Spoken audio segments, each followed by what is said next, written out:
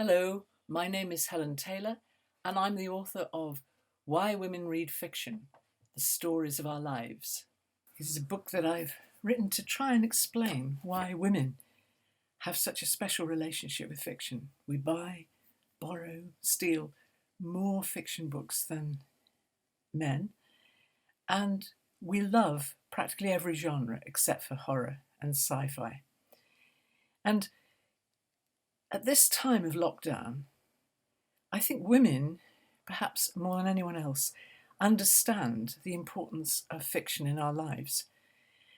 We have used fiction at times of crisis, at times of happiness, at times when we want intensity, when we want to move away from ourselves and look at the wider world from the perspective of others who can create characters for us and places and give us a sense that we can escape from our present conditions, our limited perspectives, and give us a sense of a wider world. I think that at the moment we need reassurance and comfort, supportive ideas and thoughts, and hope, as well as escape. And fiction can provide all of this. And women have, as I say, always understood this. And now's the time when we're all locked down in homes, where women have often been locked down in their homes in various ways. We can share those insights into the importance of fiction in saving our lives. Libraries and bookshops are closed at the moment, and we're all missing them, and we're missing our families and our friends. So what fiction offers us is characters and places and situations and historical periods that will take us away and transport us.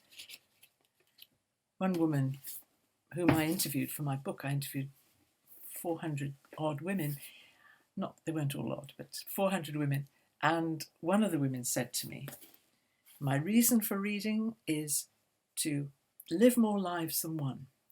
Novels take me to a world I've never been before, from a small house on a street with people I've never met, all the way to another time, another country, another set of values, a strike I've never experienced, a war I've never known, a love or a grief or a problem I've never encountered." And that's just what fiction can do at the moment. It can liberate us from our current situation. And we can spend time, we've got time on our hands, we can spend time exploring all those writers that we've never had the time to read. So we can try and read a whole run of novels by one writer. We can go back to Dickens and Wilkie Collins and George Eliot. We can read Agatha Christie for fun. We can read all of Daphne du Maurier, who is a wonderful storyteller and will lift you out of yourself, perhaps more than many, because she has a great way of creating a sense of place and weather and sort of exoticness, which I think you would love. Women take their reading very seriously. One thing I was astonished by is how many women are in book clubs. And these days you can go onto virtual book clubs. Zoom and Skype and WhatsApp are creating book clubs so that women who are at home can join in discussions about fiction. And women have always done spreadsheets and lists and descriptions and notebooks about their reading. So they've seen reading as a really central part of their lives. And now's the time to find that space to make fiction reading part of your life. Perhaps I'll suggest some comfort reads to you. I mentioned Agatha Christie and Daphne du Maurier, but try a little short fiction if you've never read short stories before. Try some Edgar Allan Poe. Read some Catherine Anne Porter, some Herman Melville, some Kate Chopin, some Alice Munro, some Alice Walker.